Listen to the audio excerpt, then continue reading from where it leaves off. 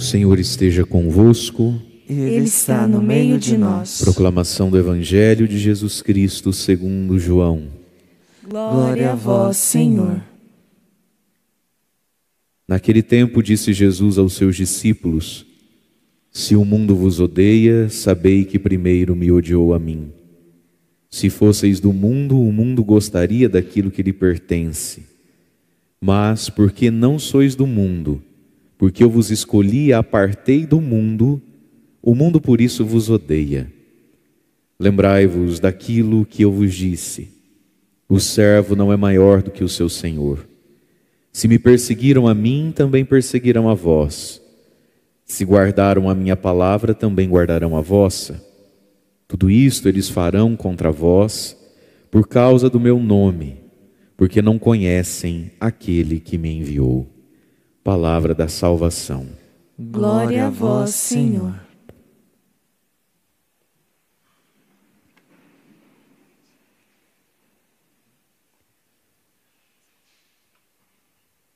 Irmãos e irmãs, durante toda essa semana o Evangelho, esse capítulo 14 e 15, os capítulos 14 e 15 de São João que ouvimos, Jesus falou do amor e do permanecer no seu amor. E hoje, nesse último dia da quinta semana do tempo da Páscoa, porque amanhã começamos a sexta semana do tempo pascal, Jesus termina tudo isso falando do efeito colateral das coisas, falando do ódio. Parece que nem combina tudo que Jesus disse com o que ele está dizendo hoje. Se o mundo vos odeia, odeia quem? Jesus está falando para os seus discípulos. Como é que pode o discípulo ser odiado? Odiado pelo quê? O que eles fizeram ou fazem para serem odiados? A gente geralmente associa o ódio a um direito. Às vezes na maioria das vezes a gente associa o ódio a uma consequência natural de algo muito ruim que foi feito. Então eu odeio o padre, mas olha o que ela fez. Eu odeio, mas olha o que ele disse. Então muitas vezes a gente associa o ódio como que um fruto de algo por primeiro muito ruim. É por isso que tem o ódio. Mas isso não encaixa quando a gente pensa nos discípulos. O que de ruim eles fizeram? E aí Jesus disse: o mundo vos odeia é porque odiou a mim. O que Jesus fez que como consequência natural ele deveria ou se justificaria que ele fosse odiado? E aqui está, meus irmãos, a profunda perversão do coração humano. Não há razão nem razoabilidade para Cristo ser odiado, para Deus ser odiado, porque Jesus é Deus. Mas esse é o fruto razoável e normal de viver no pecado. Uma coisa são as nossas fraquezas. Todos nós temos, cada um tem as suas, uns têm mais, outros têm outras, em maior ou menor grau. Uma coisa é a fraqueza que nos fere, então é o pecado que a gente não queria mesmo, mas estamos num processo de santificação e enquanto a gente não vence aquele pecadinho ou aquele pecadão, a gente se fere nele. Outra coisa, meus irmãos, é o segundo passo de quem ficou amigo do pecado, colega do pecado, dependente do pecado. E o pecado tem o poder de mudar a nossa cabeça. Mudar a nossa cabeça. Ou a gente vive conforme a gente crê, ou a gente começa a crer no que vive. Ou a gente vive conforme a gente sabe as coisas, ou as coisas vão mudar o que a gente sabe. E muitas pessoas, não é que ela tem pecado, ela é amiga do pecado. E hoje ela é tão amiga do pecado, pecadinho ou pecadão, que ela virou filósofa, teóloga e psicóloga do próprio pecado. A pessoa que está em pecado, ela tem 1000 motivos para lá estar, 2000 motivos para de lá não sair. Esse é o problema do pecado. E é daqui que vem o ódio ao próprio Jesus e a tudo e a todos que apresentem Jesus. É por isso que às vezes nós experimentamos gratuitamente contra nós e sobre nós o ódio. O ódio, porque o ser humano, ele é sim capaz de odiar a Deus. A criatura é sim capaz de odiar o Criador. e se posicionar contra ele. E aí tudo e todos que tragam o Criador, Jesus, para a mesa, para o assunto, é motivo de ódio. Porque a maior expressão do ódio, meus irmãos, não é o discurso, não é o barulho, é o silêncio. A maior expressão de ódio é o silêncio, é o não falar nada. Quem vive um processo de ódio muito intenso dentro do coração, aprende isso, o silêncio. Primeiro você xinga, fala para todo mundo, esculacha, depois é o silêncio. E a gente às vezes experimenta o ódio do outro em nós através do silêncio do outro, não é assim? Aí você pergunta, mas meu Deus, você falou tudo isso para ele, o que ele falou para a senhora? Nada, padre, ele não fala nada. Ele vira as costas e sai andando. O nome disso é ódio. Ódio. Odeio tanto que fico quieto. Porque Deus é palavra, né? Deus é comunicação. Portanto, meus irmãos, o ódio profundo de Satanás contra Jesus Cristo, do demônio contra Deus, contra a igreja, quer ser expressado no silêncio. Tudo fica em paz enquanto você não fala. O silêncio. E é por isso que talvez você já experimentou isso na sua vida. Em coisa pouca, em coisa boba, parece que o outro te devolve ódio. Por quê? Porque você quebrou o silêncio do ódio dele. Então tá lá. A maior expressão de ódio contra Deus, meus irmãos, não é ficar falando mal da missa. É não falar dela e não vir, pronto. Aí você chega e convida para vir. Você quebrou o silêncio daquele ódio contra Deus, do ser humano incapaz de raciocinar, porque ficou amigo da preguiça e amigo dos prazeres e da prepotência e da soberba. De raciocinar, Deus me deu a vida, Deus dá 7 dias na semana, 24 horas, Deus dá tudo. Não precisa muito, não, meu irmão, para calcular que num dia da semana, ao menos, ele precisa ter 1 hora do meu dia. Você falou que eu queria 1h45, 1h50, mas você entendeu, não precisa muito. Mas como é que você expressa esse ódio a esse Deus que vem atrapalhar o meu feriado, que vem me tirar cedo na cama no domingo, ou que tem que me fazer encurtar o churrasco e a cerveja no domingo no meio da tarde? Como é que a gente expressa esse ódio? Não toca nesse assunto. E ai de quem tocar nesse assunto. Não é assim? Ai da esposa que falar assim para o marido, amor, já é 4 e pouco, a gente podia ir embora, né?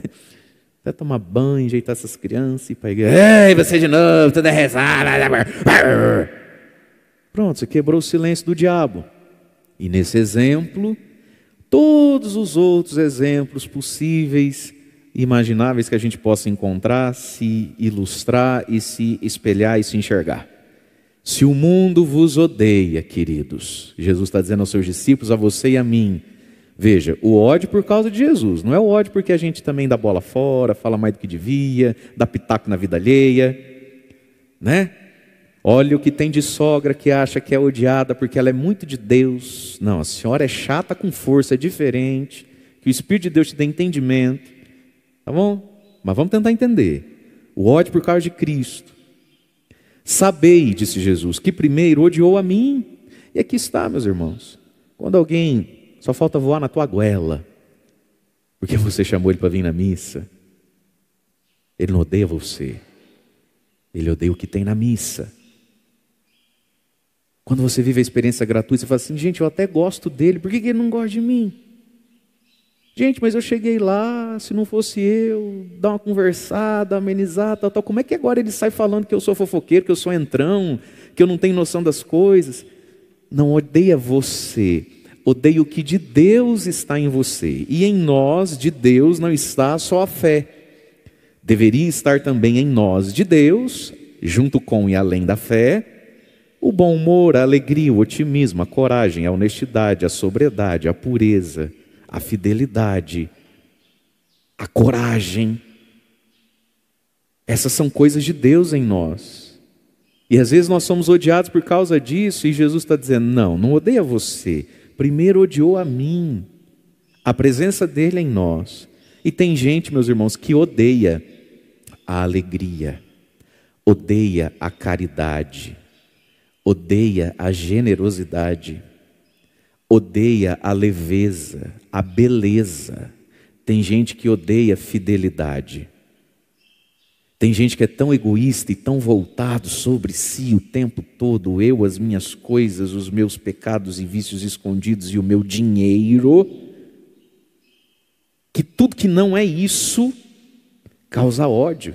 E o ser humano é capaz de expressar as coisas de Deus. E Jesus está dizendo, não pega para você não se faça de vítima também, que você nem é tão importante assim. É porque você, vez em quando, reflete, como a lua reflete o sol, você, vez em quando, reflete algo de mim. Se o mundo vos odeia, odiou primeiro a mim. E Jesus foi odiado, meus irmãos. Foi e é. No tempo dele, enquanto ele estava no mundo, ele foi odiado ele mesmo. Mas se Jesus viesse hoje, ele não seria odiado de novo? Seria, claro que seria. Então ódio para ser usado tem. Jesus não está aqui fisicamente. Quem é que está aqui fisicamente? A igreja, os cristãos e aqueles que se dispõem a andar com ele. Então, meu irmão, não tem ódio não sendo usado. Mas Jesus está dizendo para você e para mim, não se sintam tão importantes assim. Não faz um drama com as perseguições que você vive, não. Relaxa e fica do teu tamanho. Se te odeia, é porque odeiam a mim. E aí Jesus diz algo de tão bonito, porque quando a gente é odiado, contrariado, perseguido, bate um desânimo e um sentimento de que, se fosse assim também, o que adianta, né?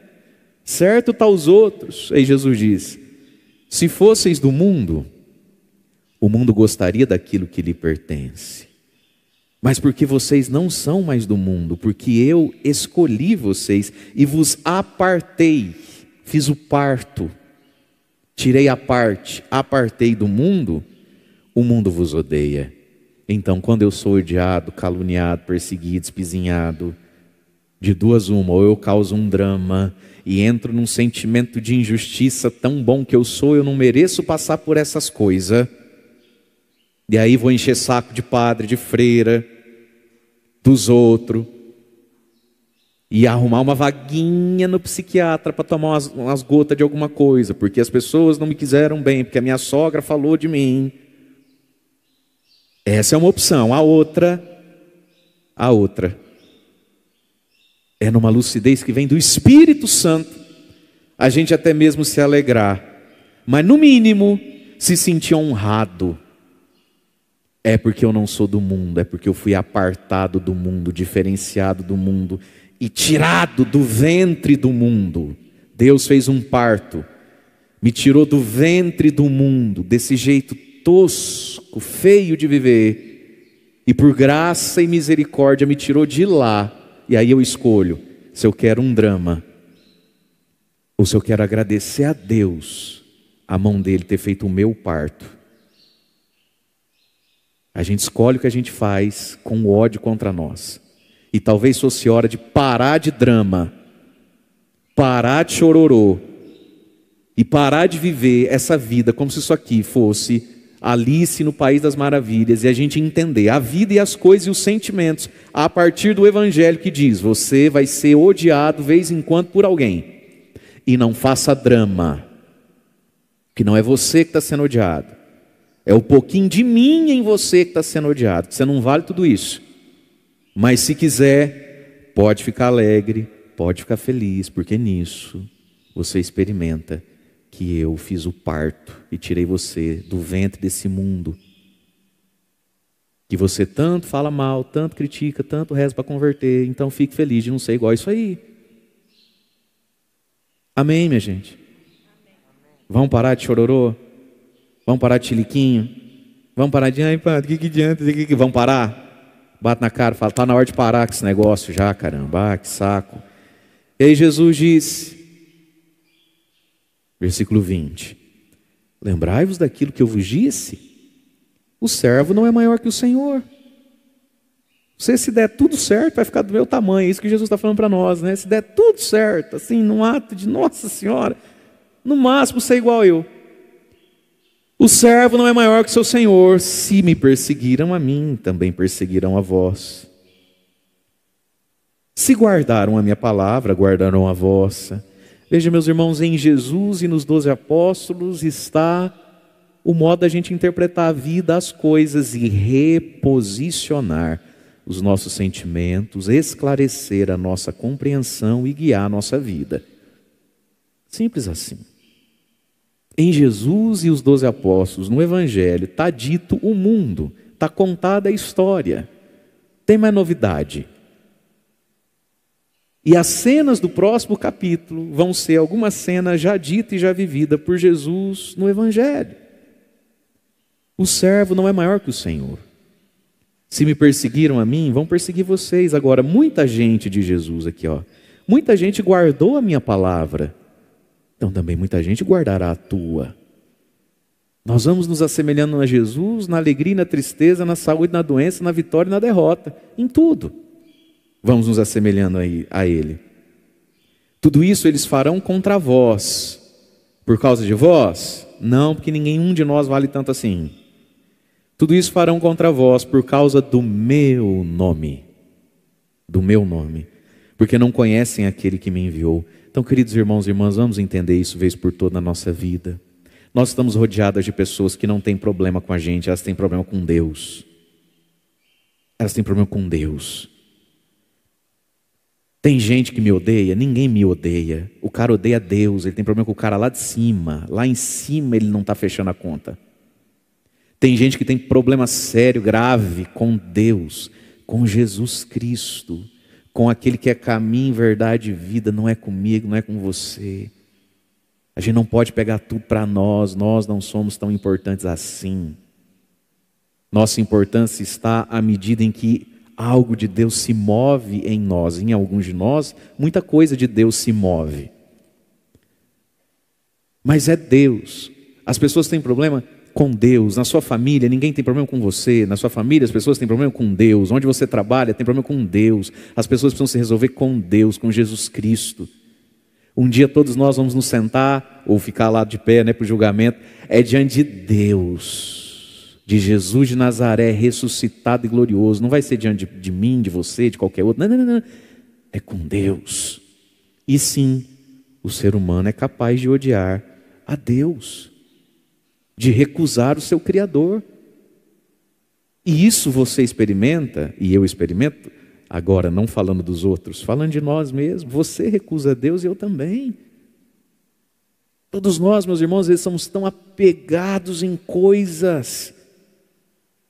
Todos nós somos cultivadores, às vezes, de pequenos vícios e deformidades. Todos nós, às vezes, somos cultivadores de uma passividade diante da santidade. A gente não se move. Deus está falando a mesma coisa há 1000 anos. A gente não se move, a gente não vai, a gente é tacanho. Você experimenta em você e eu experimento em mim, que tem coisas entre nós e Deus que não estão resolvidas, não estão de bom tamanho. A nossa dificuldade de acolher foi o evangelho dessa semana e do domingo passado. O pai, o agricultor que vem podar, que vem nos limpar, como a gente esperneia, como a gente murmura, como a gente blasfema, como a gente entra em crise com as podas de Deus. Então esse evidente ódio a Deus, que quando você escuta o padre falando assim, você até se pergunta, será que isso existe mesmo?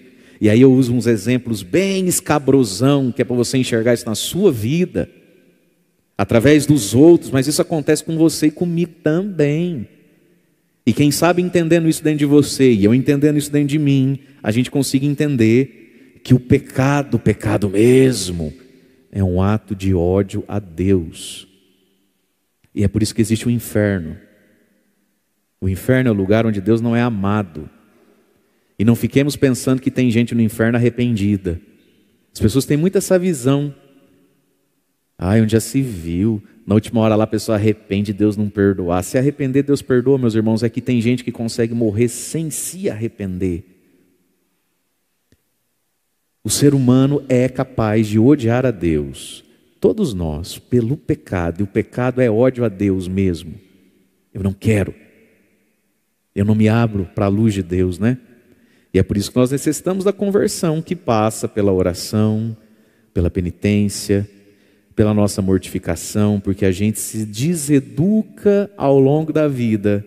E aquele pecadinho ou pecadão que era expressão da minha fraqueza, às vezes agora já se tornou expressão do meu costume, do meu gosto, das minhas convicções e das minhas verdades. Começa como algo que me fere, termina como algo que eu abraço. Por isso nós necessitamos do exame de consciência diário, da confissão com frequência, porque senão a gente fica coleguinha e colegão daquilo que vai nos afundar. Senão a gente perde a noção das coisas e faz igual o desenho lá, né? Eu acho que eu vi um gatinho. Vai, besta. Abraça o gato para tu ver. Gatinho, sua anta. O bicho vai te comer. Mas a mente deturpa, o saber ficou obtuso. Fica nublado, a gente se perde. Mas as primeiras leituras, desde a Páscoa até hoje, né? E nós já, é Atos dos Apóstolos, e nós já estamos no capítulo 16. Já lemos praticamente 16 capítulos de Atos dos Apóstolos, que fala do nascimento da igreja, a presença de Jesus ressuscitado no mundo agora, através dos discípulos. E o protagonista principal do livro de Atos dos Apóstolos, junto com Pedro e Paulo, que são os dois grandes dentro do livro de Atos dos Apóstolos, tem um protagonista maior, porém mais discreto ali, que é o Espírito Santo. O Espírito Santo, que é o grande dom e presente de Jesus ressuscitado. Nós vamos celebrar daqui, não amanhã, 2 domingos, pula 2, né? Nós vamos celebrar Pentecostes. O Espírito Santo que conduz a igreja, que conduz o cristão, que conduz o homem de fé. E aí nós ouvimos essa leitura aqui, que Paulo encontrou Timóteo. E Paulo então encontra Timóteo, que tinha a seguinte situação: ele é filho de uma mulher judia, portanto isso abria muitas portas para Timóteo, mas ele tinha um pai grego, o que complicava Timóteo com alguns dos primeiros cristãos. E todos davam bom testemunho do Timóteo, não é isso? Era uma pessoa bem afamada. Pois muito bem, Paulo pega Timóteo e os dois vão pregar em muitos lugares. E na sua Bíblia, por incrível que pareça, tem 2 cartas de Paulo a Timóteo. 2, você não sabia, né? Está descobrindo agora. Então, menos internet, mais Bíblia. Na sua Bíblia, não só na minha, na sua também tem. 2 cartas de São Paulo ao jovem, que ele é um garotão aqui, ao jovem Timóteo.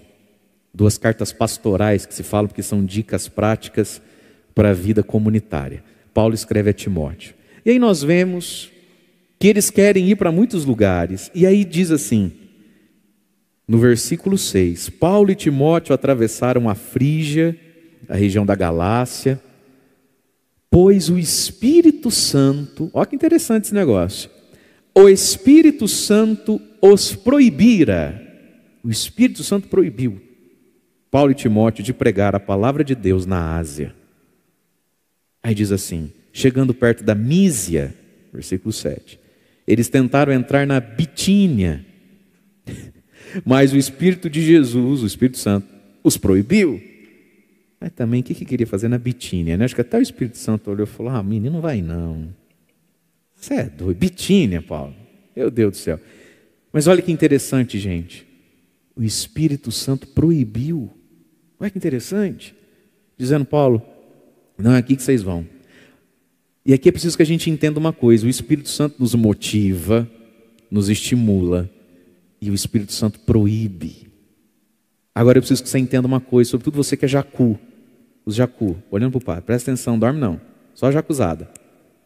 Você que se esconde nesses versículos bíblicos, você é chamado para o bem, sente um medo lascado, porque jacu, não é?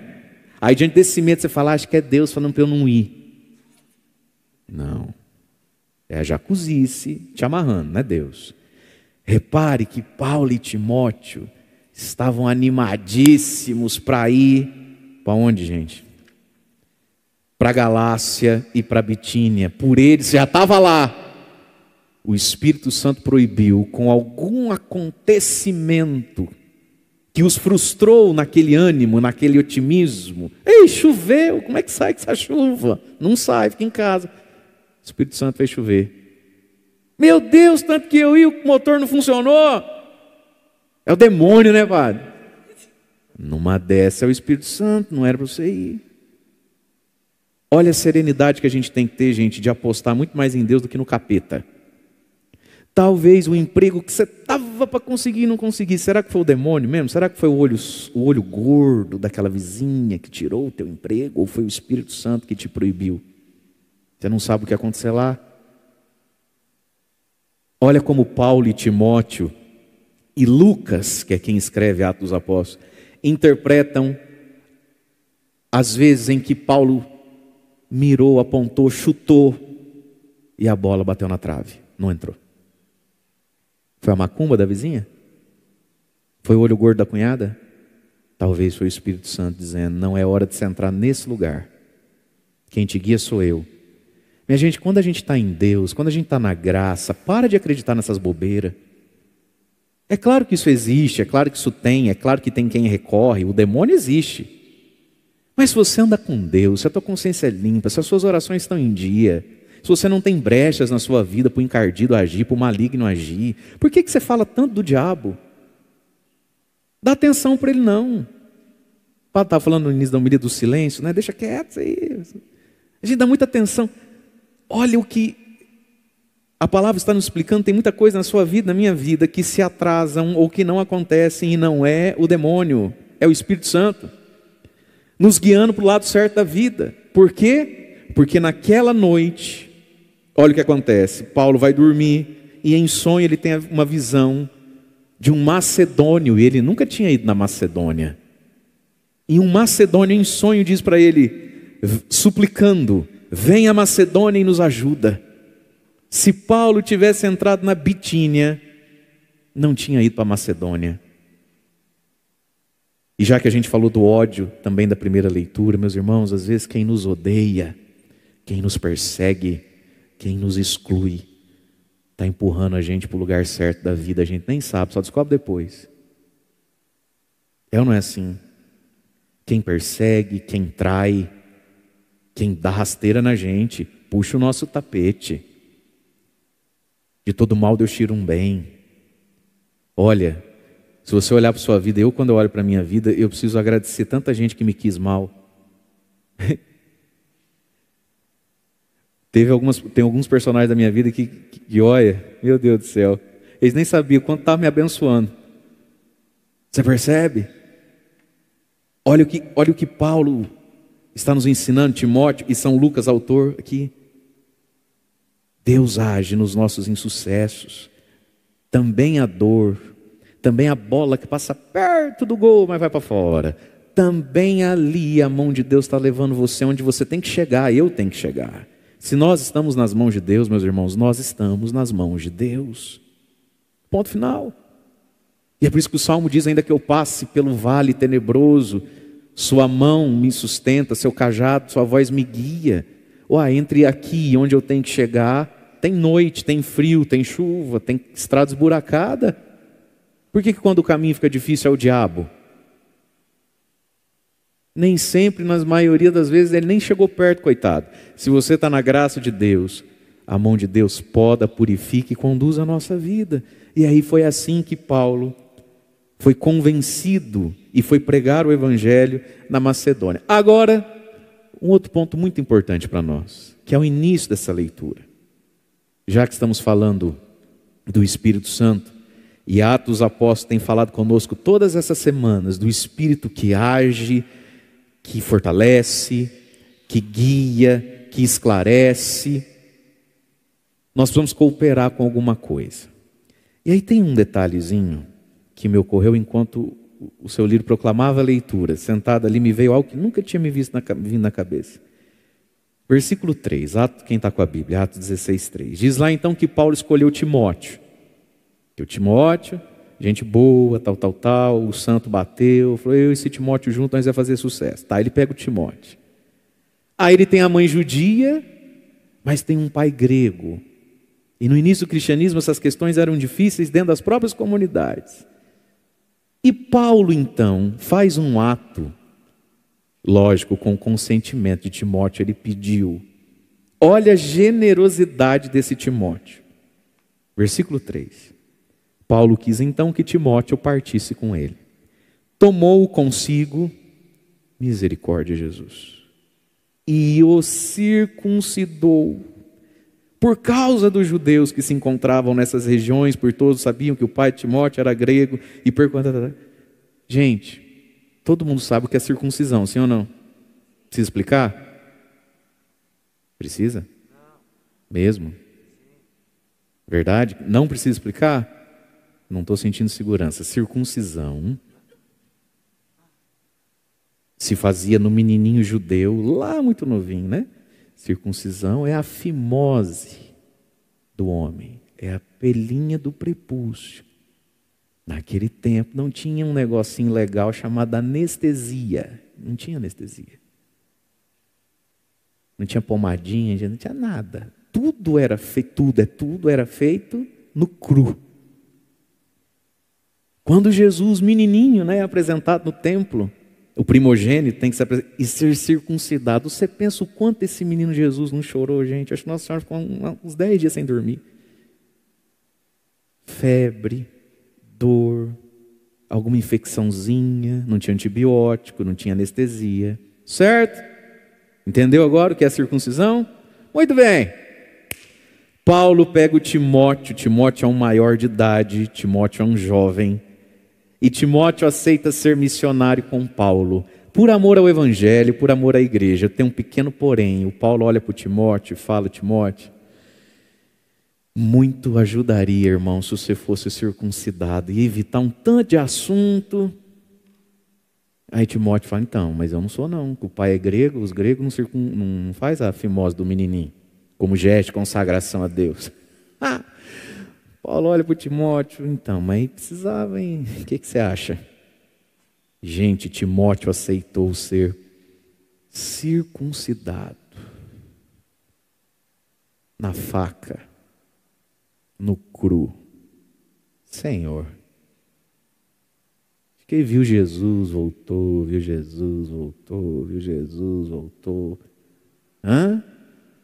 E aqui está algo. O que o Pá está querendo dizer com tudo isso? Que me veio ao coração quando eu escutei essa leitura. A gente quer tanto o Espírito Santo. A gente gostaria que Galácia, Frígia e Bitínia conhecesse Jesus. A gente até diz que está disposto a ir para Macedônia. Mas o reino de Deus, meus irmãos, para acontecer na minha vida, na sua vida, o reino de Deus para acontecer numa comunidade, numa igreja, muitas vezes ele precisa de gente disposta a ser circuncidado sem anestesia. O sacrifício, a dor. E veja, nem Paulo acreditava mais na circuncisão. Paulo não acreditava mais na circuncisão. Foi as leituras de ontem e antes de ontem. Não tinha mais utilidade nenhuma isso. Mas para evitar assunto, para evitar bafafá, para não perder o foco, para não dar pano para manga, pega a faca. Deus me ajude. A generosidade do sacrifício, você entende isso? A generosidade daquilo que custa em coisas que nem importantes são, porque não tinha mais importância a circuncisão. Paulo em momento algum vai pregar a circuncisão, falando: tá vendo Timóteo aqui, ó? Se não fosse eu que não, circuncisão não tem mais nada, mas só para vai que né. Timóteo teve um ato de uma grandeza para com o seu ministério, para com a amizade de Paulo. Talvez foi daqui que depois Paulo, pensando em Timóteo, escreveu: tudo posso, nem tudo me convém. Eu posso não ser circuncidado. Talvez ele aprendeu de Timóteo. Mas não convém não ser no meio desse povo aqui, eles vão usar então, faca. Ai. A generosidade, meus irmãos. O sacrifício de Timóteo. E aí é depois desse fato que parece que o Espírito Santo fala com ele e com Paulo, como nunca falou antes. E você experimentou talvez isso já na sua vida e pode experimentar. Quando a gente às vezes faz algumas renúncias assim, de coisas que talvez nem fossem tão necessárias renunciar. Coisas que você for explicar para os outros, ninguém te estimula, todo mundo diz para você não fazer. Depois disso, o que você experimenta?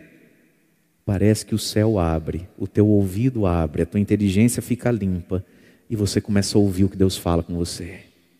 E você começa a ouvir Deus falando: não vai, compra, vende, fica. Não... Você começa a ouvir a Deus.